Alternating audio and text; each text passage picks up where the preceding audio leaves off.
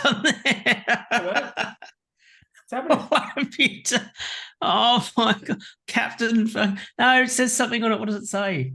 This? Pilot. This here? Pilot. You got a pilot's hat on. Yeah, but it's a pilot of a ship, not a plane.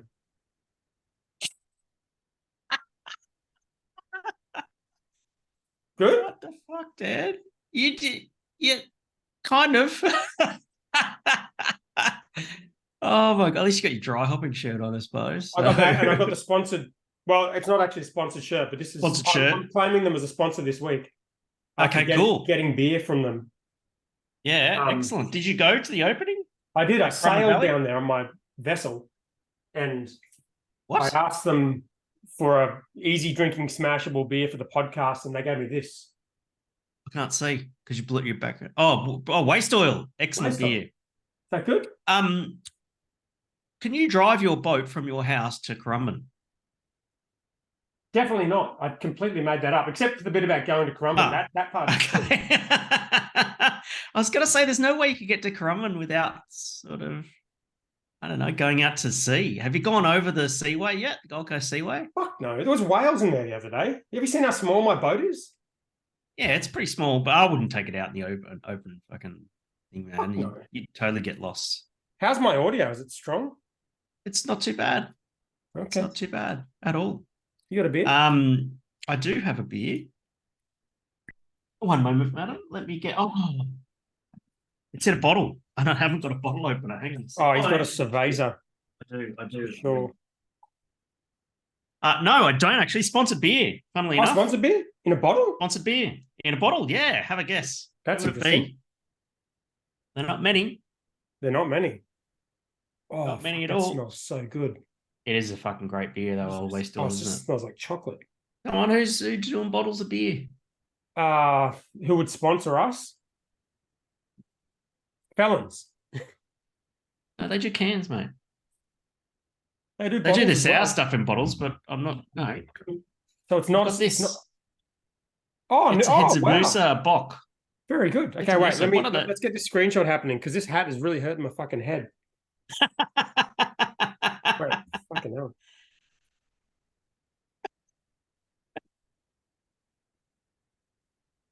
Brilliant. Okay, I'm taking this thing off. God damn, that hurts. That's my. Is that your captain's hat? It's my captain's hat. But these are. I don't even know whose these are. I found them in the cupboard. I think they're Geordies. I have no idea whose they are. All right. Right, look at that clean glass, mate. Look at that clean glass. Wait, what sort of beer was that? It was a Bock lager. Wow, that glass is so clean. I think this is the best I've ever done. That's pretty good. Where's the sponsored glass? Shut up. Hmm? This Bock contains a blend of 6 different malts, giving strong caramel notes, balance a subtle roastiness. Lightly dry hopped. This is for those that enjoy bigger beer without the hop overload. It is 5.8% ABV, 1.5 standos. Let's have a look. Wait, how many? Oh, it's a 330 bottle, is it? Yeah. Because mine's also 5.8%, but it's 1.7 standos. That's 375. Oh man. It's good. Delicious. That is fucking delicious. Thanks. Shout out to Ben Cree for sorting that and dropping it down to the good folk at Common Ground Cellars in St. Lucia. Wow, that's a fucking score, Hendo. That beer is bloody delicious. They make good lager though. Fuck, man. That's all they do, isn't it? Or it's mostly what they do. That Heads of Noosa Japanese lager is sensational. Yeah. Do they make a cerveza or no? Well, they should. Everyone else is at the moment. Everyone else is making cerveza. Why don't we make cerveza? Why don't we start with this poll that I put on the Instagram here? Over under. There's a poll on Instagram? Over under for Hendo to live more than 10 minutes on his new scooter. And the results were 6-5 over. That's 11 votes. That's not. We need another vote. Did you vote? It's gone. It's gone. I put in there at like 7 o'clock yesterday, so it's disappeared. Okay, so. But I looked at it just before the show. 6 votes to what? 5. So most people think you would survive longer than 10 minutes on your scooter. Well, I've been riding motorcycles for quite a while. That's no, past performance is no guarantee of future returns. No, and you basically made this motorbike. The other motorbikes you've been riding were made by someone else. I'm really fucking stoked with it though, hey. Where's it came that? together at the end so quickly. It was like I was like working on what did I put in there? I had to do the clutch springs. That's the last thing I got stuck at. I got the old clutch springs out because it's got like the 70cc kit. The engine needs to rev higher. Yeah. And so you need tighter, stiffest clutch springs. So it's a centrifugal clutch. The engine has to spin faster to make the clutch engaged. And so I had trouble getting them in. And I watched this YouTube video on how to get them in. I was like 5-minute job. I was like, okay, cool. And I went, I got the clutch in. I got a lot of variator rollers in. I can get this thing done. And so I spent the last like 2 or 3 days, just a couple of hours at a time, just got the engine together, got the airbox on, got all the plastics back on and all that sort of stuff, and started it up. And I went, I'm going to take this for a ride, this unregistered motorcycle for a ride. Well, we'll cut that bit out. And I was just up and down the street. It's fine. And oh boy, it's fast. Really? It's very fast. I stopped at the end of my street to go around the block, and I just give it a bit to take off, and it popped a fucking mono. What? It's sick. It's so cool. I've got roadworthy coming tomorrow. Let's fucking send it. I'm getting it registered tomorrow. Yeah, reckon it'll pass? Yeah, I think so. Yeah. I checked everything. Lights work, tires are good. How the blinkers brakes work, the horn work. The brakes are excellent. Nice. They fucking need to be. Yeah. So yeah, it's great. It's ready to roll, and it just came together really quickly. So I haven't shot any video yet of me on the scooter because I don't want to shoot any video of me riding an unregistered motorcycle. But as soon as I get registered, yeah, don't do that. Then I will I'll post something. But I'm looking forward to getting on the road. It's just got this slight problem because the whole reason for pulling the engine out and just rebuilding it bottom end and top end was there was a whirring sound with the crank bearings, the bottom end bearings. And once the engine, and I think what has happened is the kid who owned it, that I bought it off, there's because it's a 2-stroke, the oil gets mixed in with the fuel. Yeah. Right. And as the fuel goes in, it makes a mist of oil, and that's what lubricates everything, right? And you burn a bit of oil at the same time, sort of thing. That's just the nature of the beast. Yeah. And so, and I think this kid has put car oil in the oil reservoir, and it's fucked up the oil pump. So there's an oil reservoir. There's an oil tank and a petrol tank. I see. So you don't need to pre-mix it or anything. No. But what I've done is I'm going to run it on premix. Oh, okay. Yeah, because this. Well, I'm just going to disconnect the pump.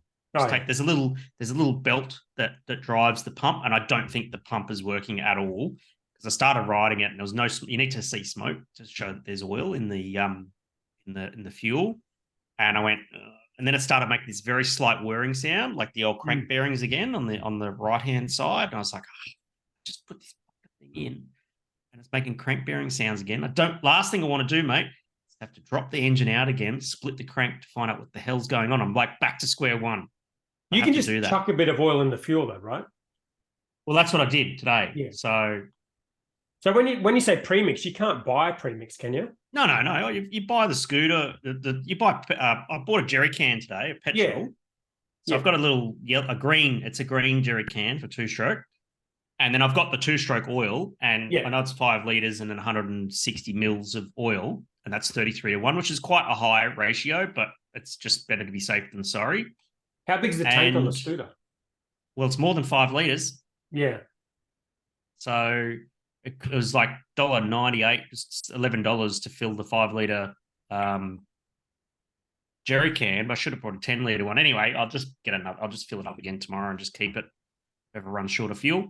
Got fuel. You could do it at the servo though, right? Couldn't you? Can you just put it directly in the tank, or you can't do that? You could, but you don't know how much you've got, right? So at least with a 5-liter jerry can, I know it's 5 liters. I know I can put the right amount of oil in. And and the thing is, right, is that I could keep the bottle of oil under the seat or something like that, and I could fill the tank. But if I pour oil into a full tank of fuel, the oil's going to coagulate down the bottom. Kind of got to shake it up, right? That's the other reason for the jerry can.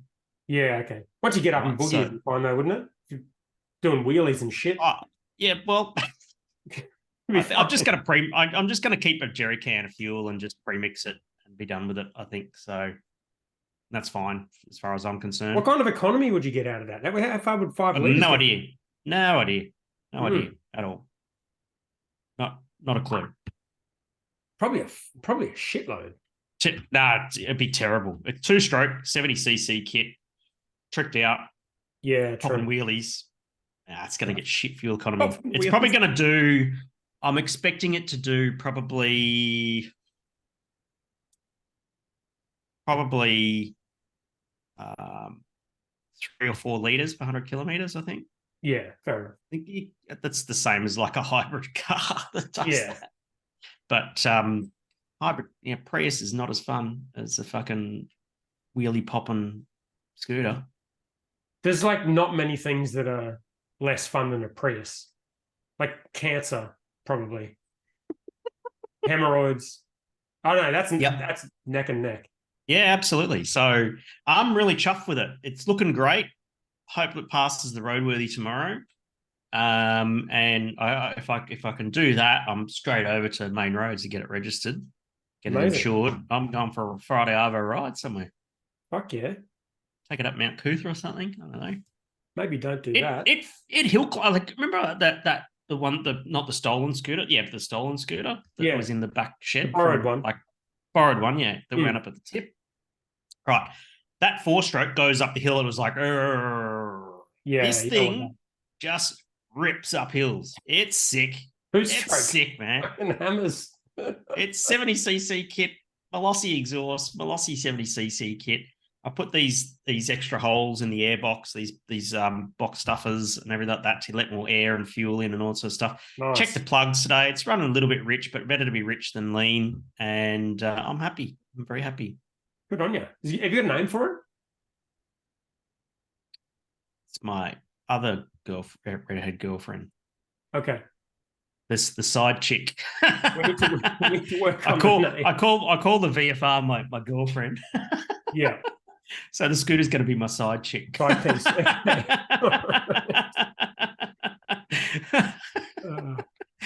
It's so good. It's beautiful. Though. It's fun. I can't wait to get it on the road, just to go ride somewhere. I hope that crank bearing holds up, but we'll see what happens. Nice. Good on you. All right. Next item of discussion. We have to crank up. Speaking of crank bearings, we have to crank up the over under because we need to have a winner. Yeah. Relatively soon, and we're sitting at 6.5 because I've got a prize in mind. Who's 6? I'm 6. Okay. So, I mean, we can probably do one tonight, maybe if we can think. Sure. Think one about the Philter crowdfunding, maybe. But if you can think of anything, F1 or anything else, let me know because we need to keep doing this until we get to 10. Until I get to 10. Well, we're still on the Dixon Flanos, aren't we? Well, I've got a variation on the prize. Okay, you sure? Because the good people at Thirsty Merchants have a connection with Dixon Flanos now, and we might actually wind up with our own Boston the Brewer Flano. Well, here's the thing. That would be cool, and that would be cool as shit. Here's the thing. I knew that. Wasn't going to say that because I was going to keep it a surprise. Oh, okay. Cool. We can cut that out. I don't edit the video. If you watch this video on YouTube, it will not be edited. Anyway, let's just say there's going to be a very sick prize. Okay, cool. Sorry, but I was thinking we could also use that as a prize if we do a meetup for the beer launch, for the Adam beer launch. Yes. Because that's happening. I saw apparently on our Facebook. It is. The brew day is going to be on Tuesday, 24th. The 24th of October. So I'll be fresh back from Vietnam. And let's see here. Yeah, so I'm in Vietnam in 17th I fly out. Yeah, so back on the Monday. Tuesday the 24th at Hiker Brewing Company. We'll get a start time and that sort of thing once we sort it out with Dan and Phil. Come and hang out and make an Adam beer. And I have no idea how an Adam beer is made. I think it was a recipe, we beer should probably not do the invite to the actual brew day. We should do like a meetup when the beer's ready, so people can just come to the tap room and spend money and shit. You know what I mean? At Hiker. Yeah, that's a great idea. Yeah, we'll do it. We'll do it however long it takes to make an Adam beer. Neither of us know. No, we've got no idea. By the way, I spoke to Adam Shell during the week. He wanted to know which one. I don't know anymore. There's more. There's 4. There's 4 in the Facebook group. Yeah. There's not really, is there? There's actually 4. Go look at the fucking members, mate. Fucking in hell. The Facebook group. There are 4 Adam Shell in there. Jesus Christ. Anyway, one of them rung me. I don't know which one. The scooter one. The scooter one rung me. And yeah, Adam Shell. I want to talk about doing a coffee beer. And then we had this whole big conversation about coffee beer. And then at the end he goes, I don't drink coffee. Oh, come it gives me a headache. You can't drink coffee. For fuck's sake. That's the definition of fuck's sake. He needs to start. We're gonna have to do something about that. Yo. Can I tell you what I did this week? Yeah, go on, tell me. So I look through all of our customers. I've got this coffee business now, right? I look through all our customers and looking at how much coffee they were moving, because the way it works in the coffee business is you give them the machine and then they use your coffee, right? And I went to a coffee shop on the weekend just with Erin, and they had our branding out the front, so I knew that it was one of our customers. I won't say which one. I was like, oh, cool. We want to go to a place. We might as well go to this one. We'll support the people that are supporting us. And we went in there and we're sitting there. And it's kind of like there's a lot of people here. It's just Sunday afternoon, not really coffee drinking time. A lot of people ordering coffee. They were churning through the coffee, but it didn't match up with the amount of coffee we were selling them, right? Okay. And so I was like, there's something very odd about this, a little bit unusual. Anyway, I went back to work early this week and had a chat to our sales guy. And I said, do you want to just do like a routine check-in with this customer and see how they're going with the coffee and, see what's going on? And I just said, it doesn't really add up to me. They're a busy coffee shop. They're not moving. They haven't bought coffee in 3 weeks. They've got our equipment. Something is not quite right. So he went in there, found like a bag of someone else's coffee and brought it up with the guy. And the coffee shop owner just started going off at him and told him to get effed and all kinds of other shit, and had a big blow. I shouldn't be laughing about this. I hope no one's listening to this from the coffee industry. Apologies if they are. And then he rang me up. He's like, oh, this dude just like blew up at me and like he's just giving me a mouthful. And I was like, all right. So then I rang the guy and I was like, oh, I just wanted to check in. It sounds like you didn't get along too well with my sales rep. What's happening? Do you want to talk about it or whatever? And he blew up at me and went off at me as well. Yeah. And then I was talking to the guys at work and they're like, there's no way he's using someone else's coffee. It's all good. Thing is though, when I was there, I saw him using someone else's coffee.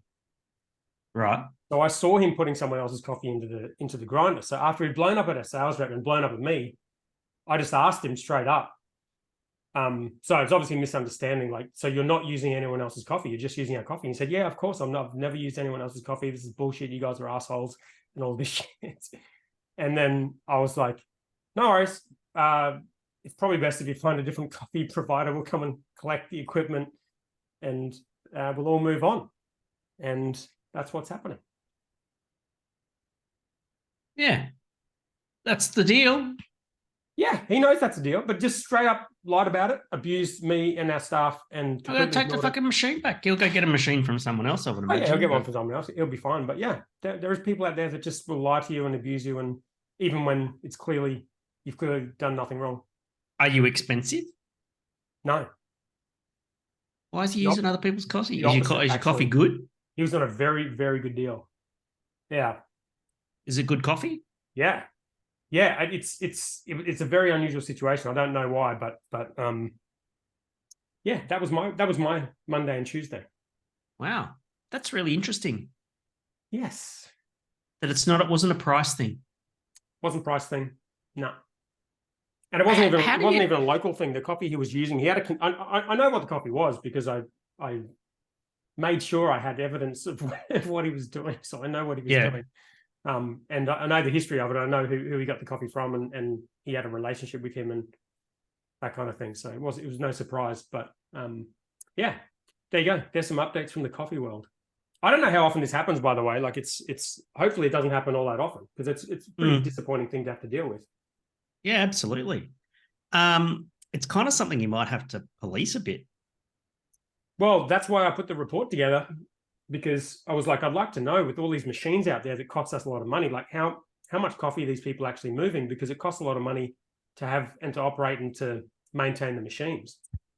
And that led me to pulling up a report on how much coffee people were moving. And then I was like, maybe we should check in on the ones that aren't moving too much and, kind of go back to them and see what we can do to help them move more, or, or like you can't just give someone a machine and not sell them anything, because it's just, you'd just be losing money if you did that.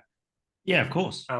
So yeah, that's that. I mean, it obviously wasn't policed particularly well before I started there. So yeah, Dan Norris, coffee police. Yeah, I'm a coffee cop now. Shit, that's interesting. Yeah, it's like beer, isn't it? It is like beer. Yeah, in many ways. All right, you want to do a stats update? Bloody oath. Who's been asking? Everyone's been asking for stats. Louis G has been the chief asker of the stats updates. Stats updates, yeah. You mean the head of the Department of Stats? Head of the Department of Stats, yeah, and travel. He's always traveling somewhere. I don't think he's ever home. I don't think he has travel liaison for the Boston Brewer podcast. All right. So we haven't done this for quite a while, but I did it just before the episode. You can guess. I'll tell you the metric of what it was last time, which was in April. So last time we did this was April. And you can guess what the number is now. April. Okay, so what were the stats in April? Can you share that with me? Yeah, so we'll do... How about we'll go through the full list. So we've got a metric for... Hang on, let me... No. Yeah, what's the best way to do this? I've got an overall metric for like overall reach, which is like podcast listens, Facebook engagement, Instagram reach, like everything combined. Yep. So I'll start on that and then I'll get to the other one. So in April, that number was 1,180 for a week. 1,180 what? Downloads? Well, downloads, Instagram reach, comments, mail, added it all up, cumulative, plays, all of that. Yep. Everything. Yep. Everything. So it was 1,180 in April, and you got to tell me what it is now, last week.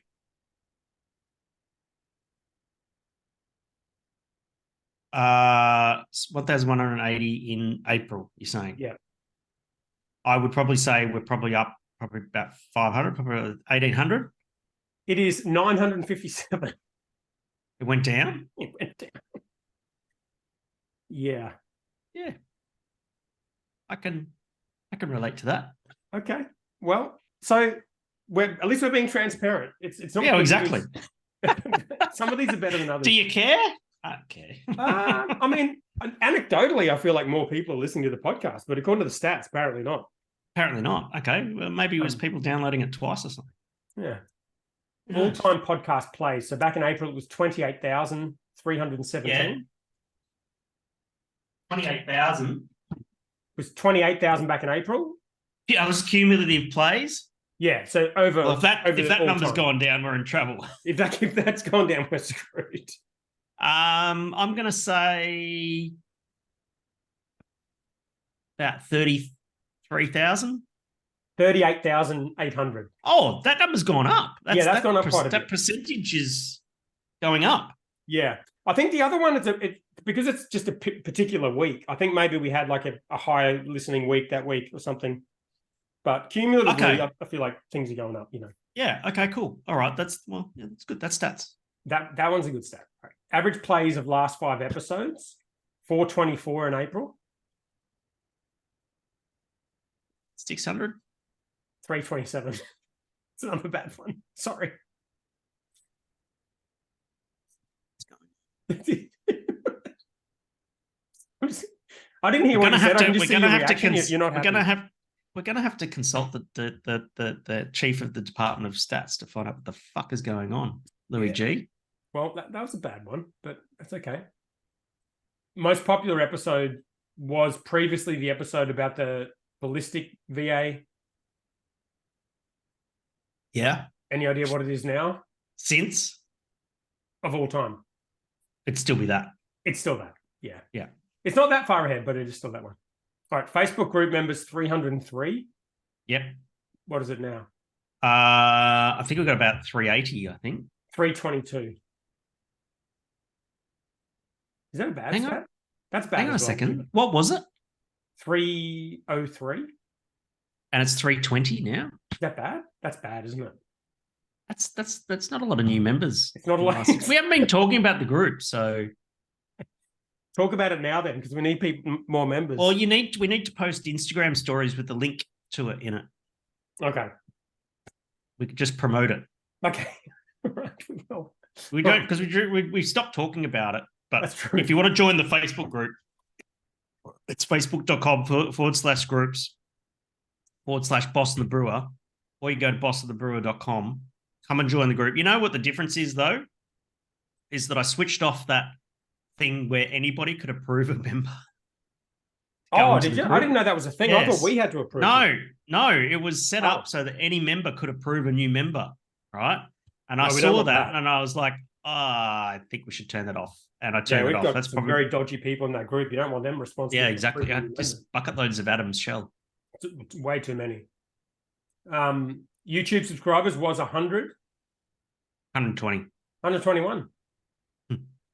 Yeah, that's not bad. And how much we made dollar-wise off the entire podcast was $0. And yeah, that's right. Still be zero. It's still zero. Yeah. Okay. Yep. All right. Well, I like that. I like that stat. I like that stat. Let me see if I can find one more positive one. I feel like I've got one positive one in here. Spotify, actually, we've got quite a few views on Spotify. Yeah. YouTube, nah. Total YouTube, nah, that's shit. Yeah, no, it's not really good. Huh? $0. Instagram follow, yeah. Well, give me a score. Give me your score out of 12 on our recent stats performance. How do I feel about our stats? Yeah. Probably... Previously, you've given us, well, I didn't do this last time, but the time before you gave us 8 out of 12. Yeah, I'm going to put us down to a 6. Wow, 6. That's we need to lift our game. Is it only 6 because that's a division of 12? And some of the stats went down, so my overall score has to go down. Yeah, I know, but I feel like that's generous. 6 out of 12. Oh, really? You're going to score lower? Yeah, it's pretty dismal. It's pretty bad performance. Okay. But it's not. You're the one who scores it. It's not me. So let's just leave it there. All right. This beer is delicious, by the way. Very good. So is this. This is. Do you know what I'm looking forward to? Stout. I am looking forward to this month, October, because this month is Hendo Palooza month. Oh, it is too. Yeah. Wait, Palooza is this weekend, isn't it? Yeah, it's on. Yeah, Saturday, Sunday, Monday. Yeah. Nice. I'm going to be there. I'll be there on Saturday. I'll definitely be there on the day session. Whether I'm there for the night session, I don't know. My track record's pretty fucking horrendous, but I've got tickets to both. And record's horrendous in what regard? Getting fucked up at festivals and shit like that. All right. You won't be able to miss me. So if you're one of the 12 and you want to find me, I'll be the guy in the fucking chameleon shirt to Jack Daniels. Yes. Oh, yes. I've got that shirt. You got that. That's cool. Yeah, it's great. Have you seen it? You want to see it? Only on the group. Can I put a special shout out to the members of the 12? If you're joining after Hendo's sales pitch before, then get amongst it. Or if you're a current member, if you see him at Lagerpalooza, take a photo of him without you noticing that he's seen you taking a photo as close as possible and put it in the group and just don't say anything. That's what we want from this weekend. When is it, Saturday? That's what I want for Saturday. Saturday, Sunday, Monday. Yeah. Okay. So, here we go. Let's have a look. Here we are. Look at this shirt. It's fucking sick. Insane. I love it. We should shout out to Thirsty Merchants for being legends for putting that together. And do you Well, know I've got that, and then I've who also posted got the original image? Do you know who posted the original image in the group? Steve Keegan. I think. Keegan? What's his name? Shout out to Steve, because he's responsible kind of for that. Yeah, absolutely. I think they had to reach out to him to get the high res image because it wasn't really good enough for to do the t-shirt printing and stuff like that. So well, if it's like a DALL-E image or something, then they're just low res and there's nothing you can do. Yeah, that's right. No, they got a good one, so it's good. And then I've got Thirsty Merchants did me a couple of bucket hats as well, so I'll be wearing a bucket you wearing hat. your hat? Look, I wear mine. I wear mine. You wear yours. What are you doing? I'm getting back in hat mode. It's not sunny right now. I do have to wear a hat, or will have to wear a hat because I'm going to be outside, and my scalp is still fucking deliciously smooth from that red light treatment earlier this year. So I need to look after that. So yeah, definitely. Well, wait, we've got a serious topic. I'm taking my pilot hat off again. My sunnies. Mm-hmm. Oh, what's the serious topic? Okay, Philter. First actual news topic. Oh, cool. We haven't Philter done are doing crowdfunding. Yes, Philter I saw that. With a PH. Yeah. Wow, what a time to crowdfund. Probably the toughest years in the brewing industry. Yeah, this one's going to be interesting. Oh, this one's going to be one to watch. Can I say something about valuations? Because I've got an opinion on this. Go on. When we did our crowdfunding, which was one of the first ones, when I looked around at ways of valuing businesses like this, like my thinking was from the startup world, looking at businesses based on, like, yes, the brand value, but more around the growth of the company. So like it was kind of like, you know, if the company's doing 4 or 5 million now, but it's growing at 100, 200% a year, then you can command a really big valuation, because the people who invest, and I'm talking about people who invest, you know, as an investment, not just investing for shirts and perks. Mm-hmm. But the people who invest are basically making a gamble, saying, okay, we know Stone and Wood sold for 500 million, Bolter sold for 200 million or whatever. Yes. I think this company is going to be what I think this company is a startup that's going to turn into one of those. So you're paying a huge multiple. You think so? Well, no. This is what you pay for when you invest in a startup with a huge multiple. Okay. Right. So the valuation, when you come up with a valuation for a startup, that's what you're selling. Yeah. You understand what I'm saying? Yes. Whereas like a traditional business, like the business I just bought, is a business that's been around for a long time. It's profitable. It's stable, profitable, yes. It's not growing particularly quickly. Other than that, it's not dissimilar to a craft beer company. You know what I mean? It's an FMCG business. It's a lot of similarities, sure. Yeah. But I paid a profit multiple for the business. And that's what you pay when you buy someone else's. That's what you normally pay when you buy a business. You pay a profit multiple. Profit multiple, and yes. If you invest in a company in the ASX, you're generally investing based on the price to earnings or something like that for an established company. So if you're not going to use that multiple, what you're saying to the audience is, this is actually a high growth startup and this is going to turn into something much bigger. And in the article, they talk about comparing to your mates, and your mates were definitely in that position. Their company was growing very quickly. They were, right at the top of the hottest 100 in terms of relevance. They were kind of on track to becoming the next big thing. Yeah. I would just say, if the financials come out for Philter and the company isn't growing at the 100 to 200% kind of range that Black Ops was when I was running it, or your mates was when they did their crowdfunding in 2021, then there's no justification for that kind of multiple in terms of evaluation. Yes. So it'll be interesting to see the valuation, but reading between the lines, it kind of reads like they're going to value it like a high growth startup in 2021. What's the chance of it just being, a borderline unprofitable, zero growth company, a struggling market in 2023? And in which case, what's it worth? Yes, if that's the case. Yes. I've been looking at the quotes and that sort of thing that's in this article, and it's very repetitive in that they keep talking about cash flow heavy business model. if you read between the lines, they need cash, as all growing brewery businesses do, right? Yeah. And I'd be curious to see what the plans are for the future growth and whether there is a plan for profitability or something like that in the mix.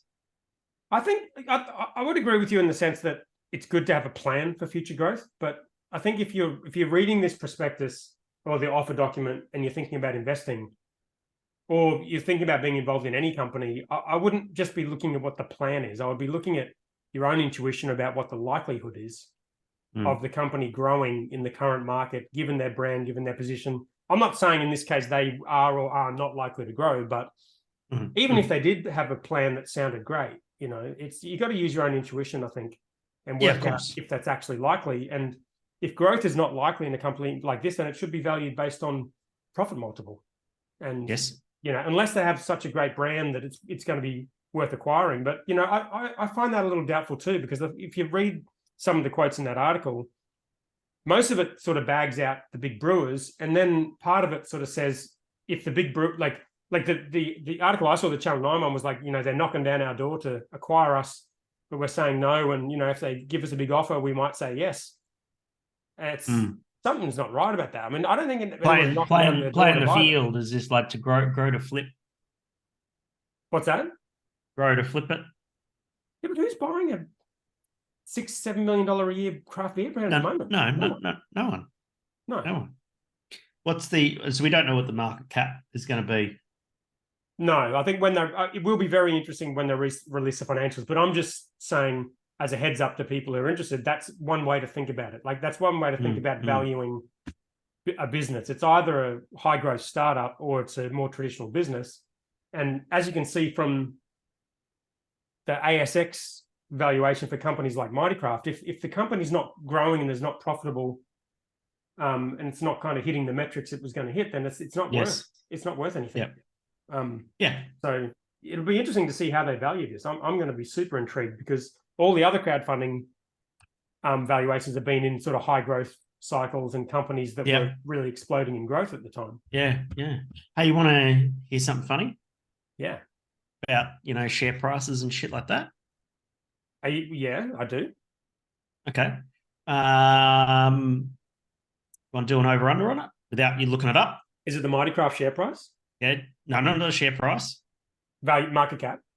Market cap. Do you know what it is? I don't know what it is, but I did check it whenever we last talked about it, which was, I don't know, a month ago. A month ago? All right. So over-under. Mighty Craft's market cap is over or under $10 million.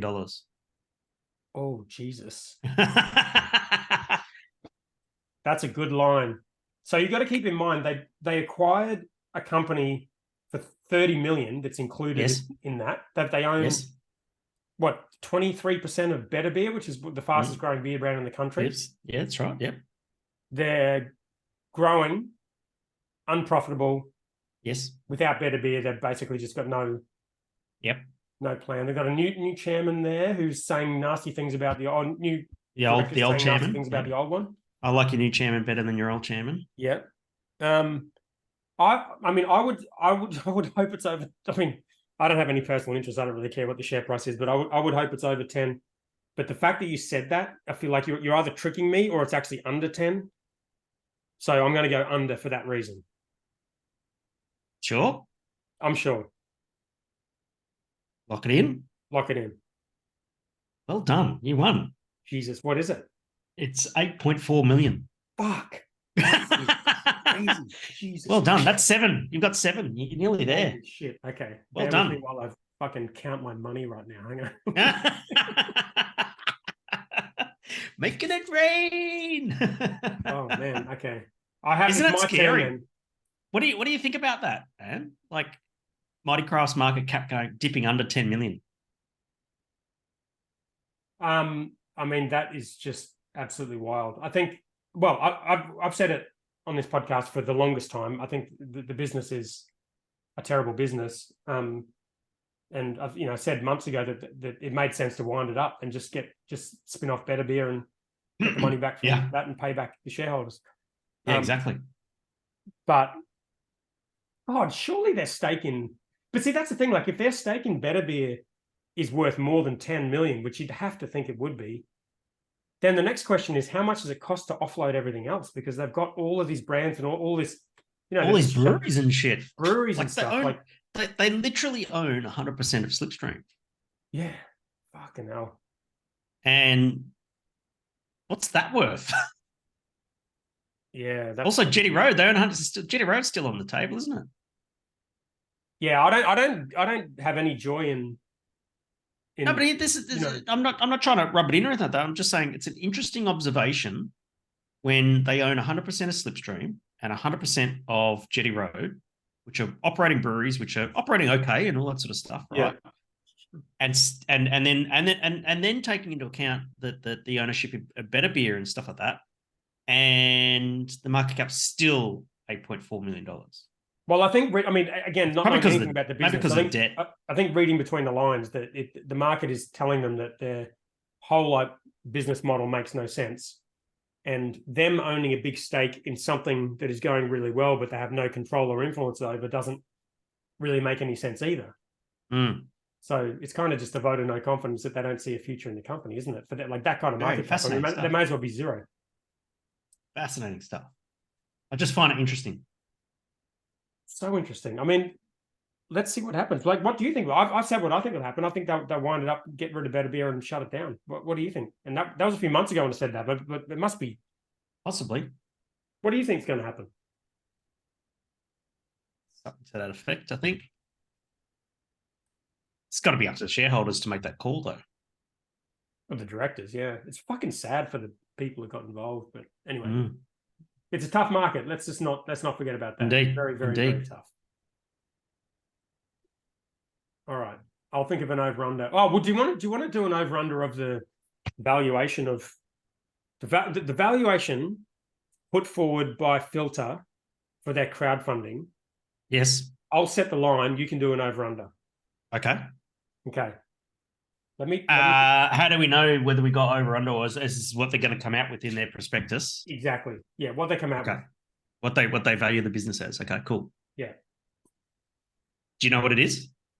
No, I don't know what it is. No. Did you sign up for the EOI? Oh, no, because you sign up, you have to fill in and say you're interested in investing, and it affects all the metrics. I don't want to mess with the metrics. I'll just see it when it comes out. Mm-hmm. I'm going to say, how do I set this line? It'll be, wait a second. Do it on business valuation based on what number. I'll do the shares 20, are looking as the percentage of the business they're trying to sell and what they're trying to get for it. I'll do $22 million valuation. You have to do over or under. This is what they say they're going to value the business as. That's what they say they're going to value the business at. I would say over. They will say that the business is worth more than $22 million. Yeah, fuck. I think you're right. Okay, I'm going to put this in here.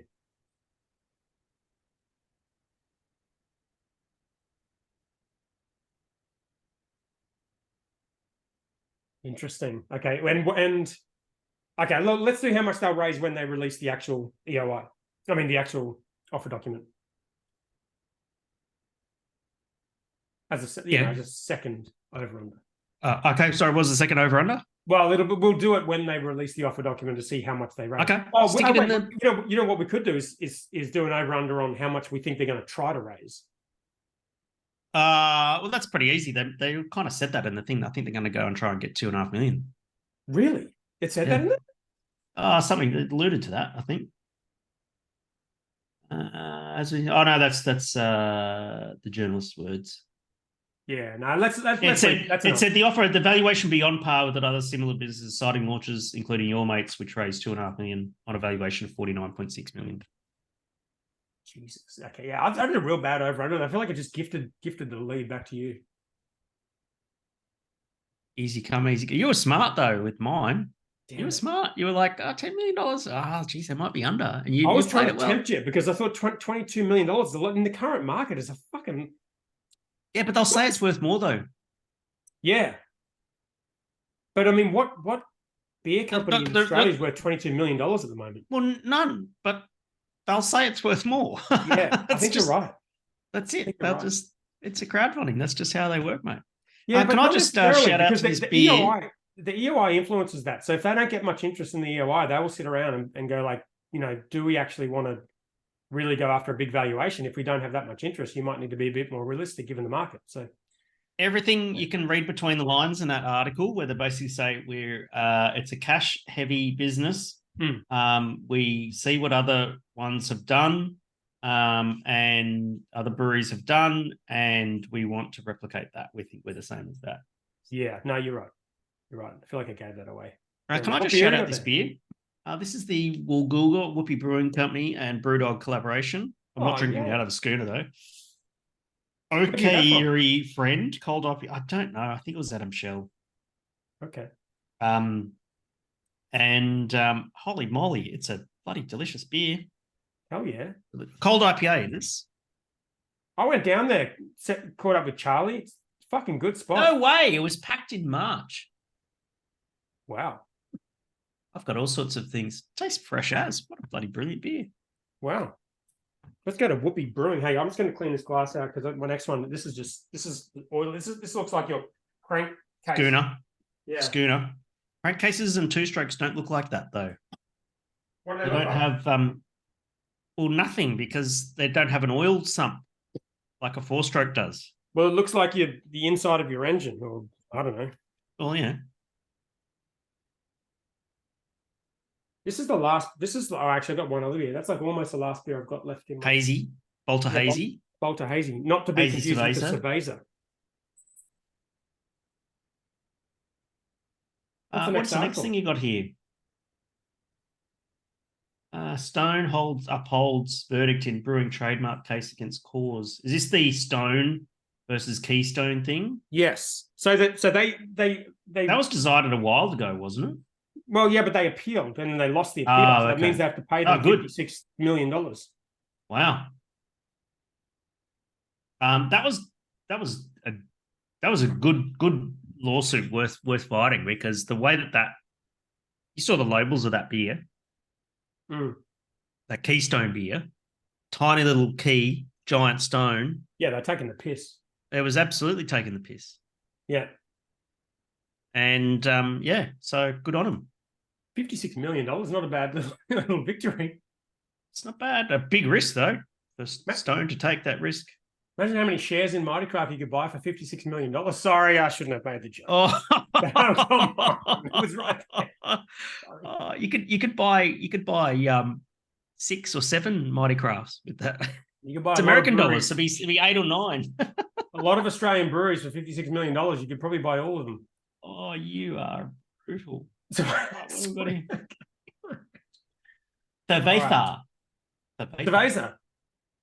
Cerveza. Is cerveza the next thing? Which is incidentally is the it's just the word for beer in Spanish, you know. Yeah, yes, I knew that. Yeah. You know, the funny thing is, about a month ago, my mate Gary messaged me and he goes, "Who makes a good non-mainstream cerveza?" And I was like, beer? I have no idea, but I know Bolter make one and I know Modus make one. So give either of those a go. And then he bought the Modus one and he enjoyed it and messaged me and said, good recommendation. So people obviously want to drink these beers, apparently. Well, it's one of the biggest selling beers. You know, Corona is one of the biggest selling beers in the country. Yeah. It makes sense that, you know, the shift to craft will just make beers that people want to drink. Yeah. That cost the least amount of money to make. Cool. Do it. And I do a little bit of consulting for breweries and that sort of thing. And, people just want drinking beers now. Yeah. That's what they want. In the article, it's got this, this quote. At the same time, it's easy to understand why one of the most knowledgeable and respected figures in the country's beer community, Jade Flavel of the Wheatie, asked whether the craft beer industry was merely becoming everything it had rebelled against. And she unveiled a cerveza is the new craft t-shirt during the Crafty Pints Has Craft Beer Jump the Shark debate at BrewCon. I agree 100%. I'll be the first to admit I'm a sellout, and I'll be the first to sell out, and everyone else in the fucking craft beer industry is as well. I mean, in the Philter article, it said exactly the same thing. It bagged out the majors for the entire thing. And then at the end, they said, if they ever come knocking on our door with a crazy offer, we'll sell to them. Of course. I mean, and like, I was just talking about tap contracts in coffee. Yeah. How long do we whinge about tap contracts in craft beer? We sort of whinge about them. I literally have my own tap contracts, and now I'm whinging about someone not sticking to one of my tap contracts. Mm-hmm. So 100% I'm a sellout. So is every other craft brewery that I can think of. And we just have to accept it. Yeah. It's just how it is. It's how it is. It's the nature of the beast. It's there's nothing you can do about it. And that's just the next shift in the evolution. We've done extreme beers. They've said sour, IPAs and sours are supposed to be new IPAs, and they're not. And it turns out that people just want to buy the beers that people want to drink. Yeah, I think, we've said this for a long time, but the difference is the major companies now are making lots of good beers. And the whole craft beer movement doesn't work so well when you don't have an incumbent who's fucking useless. Startups don't work out well when there's an incumbent who's not useless. He's useless. Yeah. Yeah. I wouldn't say the incumbents are useless, but they were, though. They were, yeah. Yep. They're not anymore. They're fucking great now. They own everyone, and they make very good beer. Yeah, very hard exactly. to compete against. 100%. Yeah. Crazy stuff, though. Crazy stuff. Here we are. Give me your prediction. Do you think these beers will go? I mean, the Bolter one, you'd have to think with their marketing and everything that and they make good beer. I'm sure that one will go well. What about like the Modus and other places? Do you think those products will go well? Provided they're priced appropriately, then there's an opportunity for them to get a bit of inroads. But when you're playing in that space, it's a very price conscious market. So you 100%. really need not a flavor. It's critical. No, either, and it's not. And so here's the thing, right? Is that you're playing in a space that's where the consumer is very price sensitive. If it goes up $1 a 6-pack, you're not going to make that sale. Right? And then on the flip side as well, it's not a very flavoursome style of beer. So you most certainly, and the people who drink that style of beer don't want a flavoursome style of beer. You can put lime in it, right? But that's different, right? Okay. But what I'm saying is that if you go and just try and differentiate yourself, you're a little bit more expensive, you go, ours is a more flavoursome cerveza. It's very counterintuitive. Yeah. Because those who drink a cerveza don't want fucking flavoursome. No. I think they want the only thing they want flavour from is the wedge of fucking lime that goes in the top of it. Yeah. To hide the trans-genominal. Yeah, I think the craft beer thing worked when the majors were making shitty beer and you could make something better. But if your argument is they're making something that people don't care what it tastes like and you're going to make it in a more expensive way and it's not going to taste better, it's just going to taste the same, but it'll be more expensive. That's a tough sell, isn't it? You have to have a very, very good brand to pull that off. Bolter do, and they will, and they got the scale. Yep. They don't have the financial pressure, so they'll be fine. But anyone else, not so sure. Yeah, it'd be tough play for Modus and stuff like that. Very tough. I used to love drinking Corona back in the day. That was fucking great. Thought I was really fancy. I used to drink Crown Lager back in the day and thought I was really fancy. Oh yeah, remember that? That was legit. Okay, one more. Well, there's two more. What the fuck? We're getting on time. Do you want to look at these two, or do you want to just ditch them and do the questions? Yeah. Let's do Hendo Reacts. These are boring. Yeah, do share your screen. Rightio. Do I have to share sound? You have to. Yes, no, you do have to share sound. Yes, and we'll probably get copyright struck. But you got to make sure that I'm in the picture, and then we'll be sweet. Can you see it? Yeah. You see it? Yeah. Twitter. They still call it Twitter. Diary of a CEO. Toxicity, how are you defining that? You're saying like toxic chemicals. This is like AI now. En nuestras vidas, en nuestra piel, consumimos, take your tenemos a podcast, nuestro alrededor y que están do it in a different language, but do it in your voice. No. How do you think? O sea, a modo de consejo, ya que lo estamos platicando, a diario, ¿qué opinas sobre los problemas difíciles? Whoa. That's fucking Who wild. does that? That's a Spotify feature now. Well, it's one they brought out. Really? Yeah, I don't know if we can access it, but it's like a beta release or something, I assume. Boston the Brewer and Espanol. Isn't that crazy? What is it going to be? El Jefe and El Cervezadoro. It seems a lot longer. Cervejero. El Jefe and El Cerveza. Fuck yeah. Wow. You really tried very hard to get that out. I respect that. I used to speak Spanish. Did you know that? Well, no, but I went to Guatemala and learned Spanish in 1999, back when you were just a twinkle in your old man's eye. Well, hopefully Spotify Spanish can speak better Spanish than you can, because that was shit ass. That was, yeah, I hope so. All right, here we go. TikTok link. What do we got? I hope I put the right link in here. Yeah, look at this. Time to drink. Oh, no, you have to log in because it's alcohol. Oatmeal Corona. Let me show you how to make it. Crack open your beer, drink it down about halfway, but since my girlfriend wants Corona, I'm going to pour it in a separate glass. 1 ounce of white rum, in you go. 1 ounce of tequila. If your friend's having a rough day, give him one of these. He probably won't even remember the day. 1 ounce of vodka, make you grow strong like bull. That was the best accent I have. 1 ounce of gin to make sure that this drink is Jesus Snoop Christ. Dogg approved. 1 ounce of triple sec, which is basically more liquor, but a little bit sweeter. 1 ounce of Midori liqueur, which is a melon liqueur. This stuff is amazing. It tastes like a Scooby-Doo fruit snack. And top the rest off with sweet and sour mix, lemon wedge to garnish. Squeeze in our lemon. This thing is squirting more than grandma's when they hear bingo nights coming up. Mix everything up. Jesus. Cheers. I didn't actually watch it to the end. There you go. That was not very Oh my god! This tastes like if Sprite had a cousin that lived in a trailer park. It's really good and you can barely taste the alcohol. Be careful with these, they are potent and they'll sneak up on you fast. That wasn't funny at all. Will you drink that? No. That'd be disgusting, surely. No. That's That'd have just like 6 putting all shots the of sugar. alcohols in for the sake of putting it in. Isn't that like a Long Island iced tea? It's like a Corona version of Long Yeah, but Island that's iced tea. different. A Long Island iced tea's got a bit of fucking finesse, especially when it's done by a really good bartender. Yeah, I had one of those once. Never, ever, ever again. A good bartender. No, didn't have. No, had Long Island iced tea. So when I used to be a tour guide in Europe, right, we used to go and when we went to Venice, we would stay at the Camping Facina. And if you've ever done a Kentucky tour or something like that, you've probably stayed at the Camping Facina in Venice.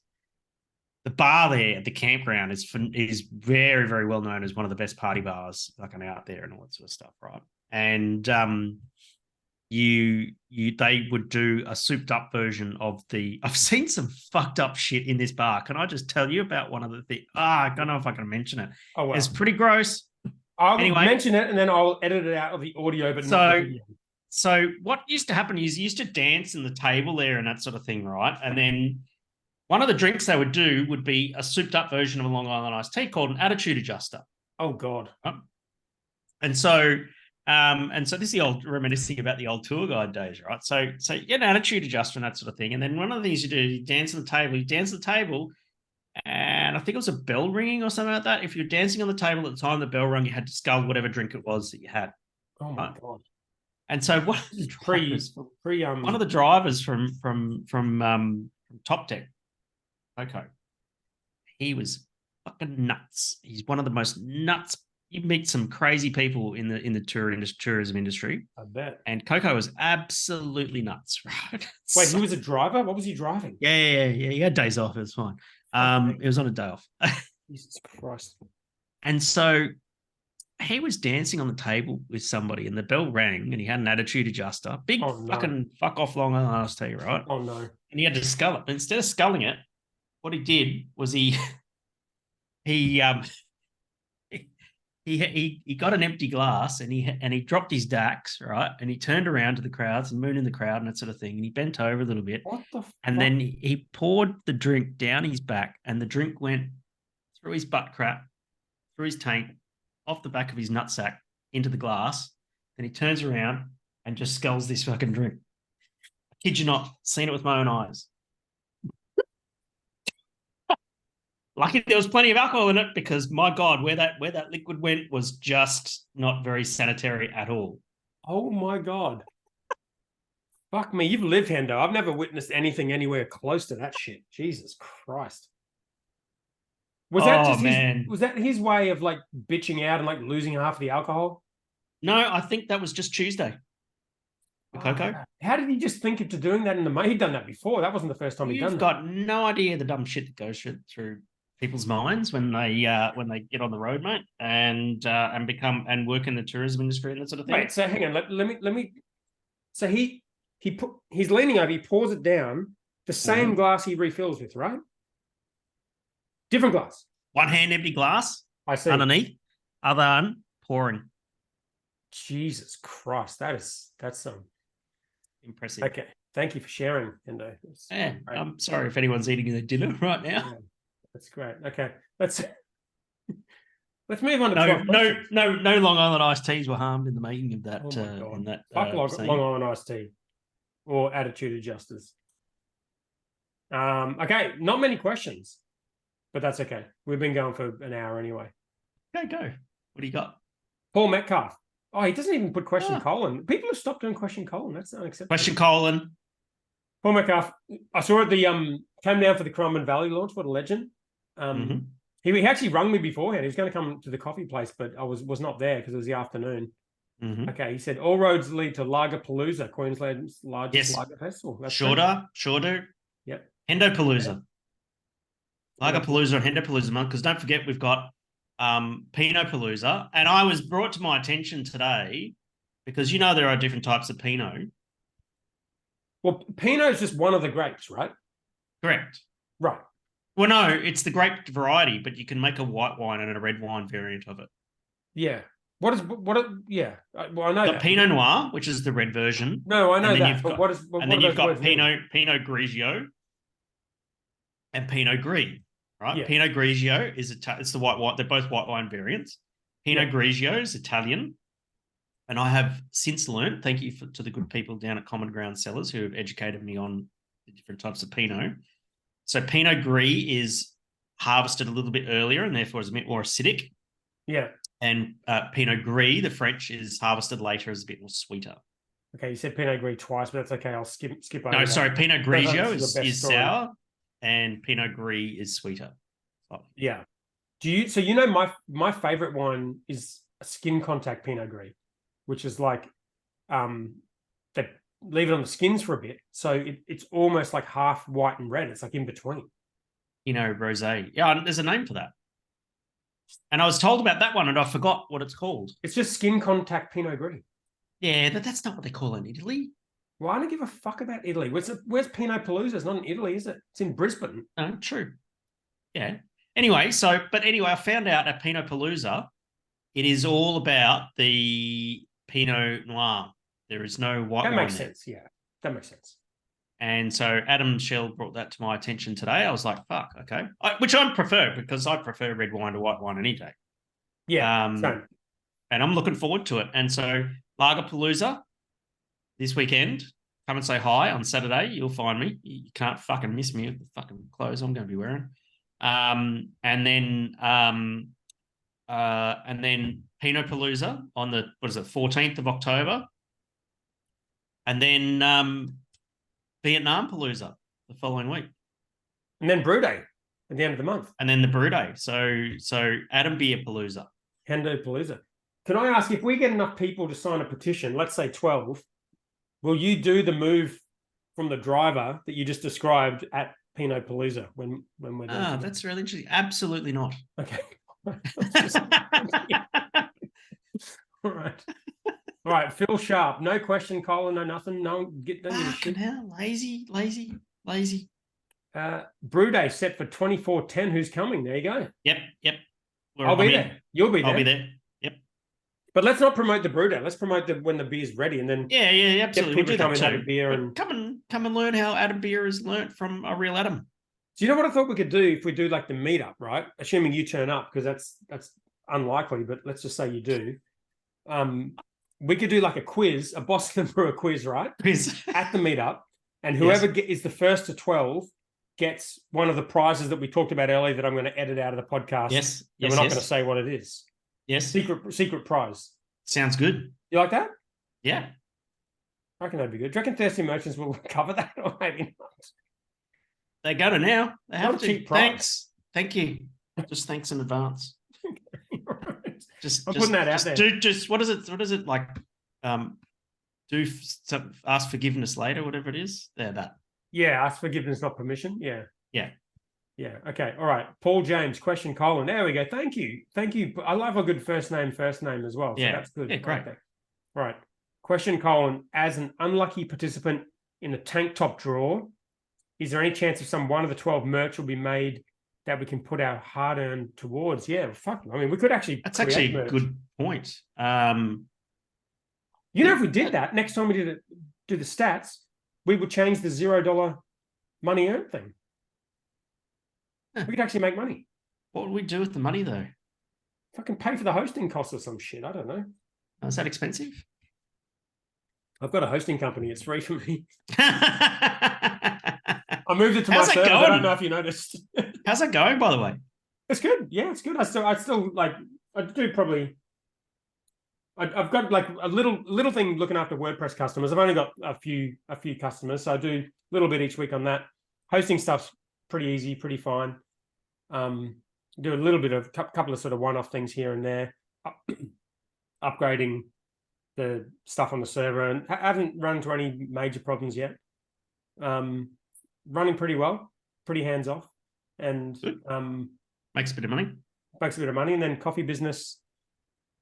I'm doing mostly full time, so yeah. There you go. I like it. Might do something else. Getting bored. Need another business. No. You said you were doing this as a lifestyle change. Just live the lifestyle, spend more time on the boat. Every time you decide you want to go do something else, go for a spin in the boat.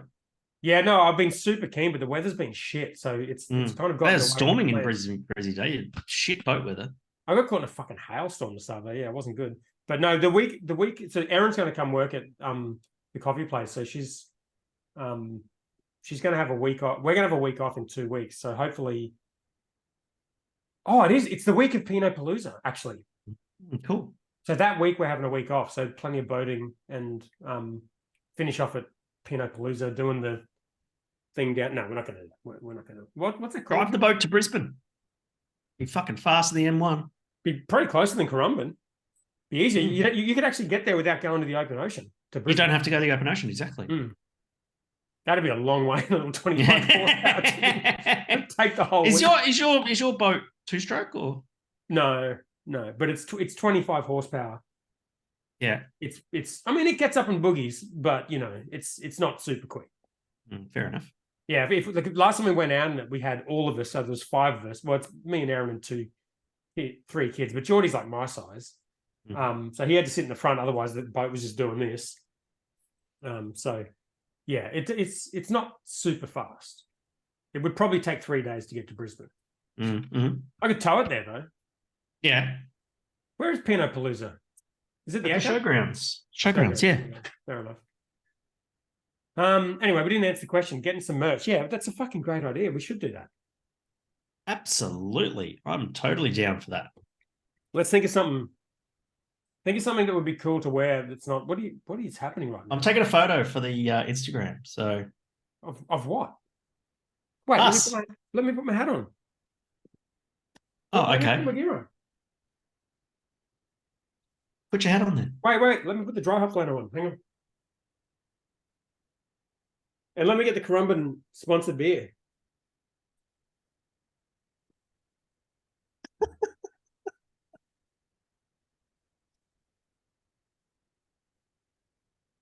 Oh, I wonder how my hair is. Jesus. Good? Yeah. Yeah, pretty good. Does it need to be vertical? Yeah, for Instagram stories, for sure. But we're not vertical. We're kind of. We are horizontal. That's what the photo looks like. Whatever, so that's what it. I'm going to take all my gear off now. Yes, Captain. All right, think of some cool merch. I can't really think of any. Something fun. Leave it up to the experts. Catchy slogan. Leave it up to the experts. Bucket hats. I like bucket hats. Yeah. Okay. I only wear coffee merch these days, but I'll probably do it. Oh, wow. Question. After how many does this glass look straight? That's a weird... Oh, Whoa. Wobbly Chook. Oh, I've been there. That's in fucking Whoopi as well, I think, isn't it? Wobbly Chook. Yeah, that's in What do you Whoopi got? as well. Have you been there? I can't see it. No. It's a brewery that has wobbly glasses. Huh. Yeah, it's near it's in like the main bit of Woolgoolga, I'm pretty sure. Okay. Because we went there Okay. for like one beer, and it's like, well, I don't want to offend anyone, but the beer wouldn't blow me away. So I went to Charlie and had his beer, and it was fucking great. Yeah, good. But the glasses are all. Oh yeah, no, Yamba, yeah, same. That's right. Yeah, it was Yamba. Okay, same trip. Same trip, not the same suburb. But yeah, the glasses are all crooked. So there you go. Interesting idea. If you do the Corona trick on it, it will start looking straight. Put all of those different drinks in there. All right. That's it. Love your work. We didn't get to visit from Read AI this time, did we? Yeah, it's there. It just jumped out. I think it must have cottoned on to the fact that we're not paying it. Either that or the fact that Zoom just does it by itself now. So it's just redundant. What about another late show safe word? Another late what? in the show. Another late in the show safe word. No, we've done that. Oh god, 8:42. What's that now? 10 minutes. Yeah, I feel like we're just wasting people's time at this point. No, we are wasting people's time. Yeah, okay, yeah, let's wrap. Yeah, let's wrap. we are. Anyway, elephants. All right, love your work, mate. See you next See you week. Pinot Palooza. See it. Yeah.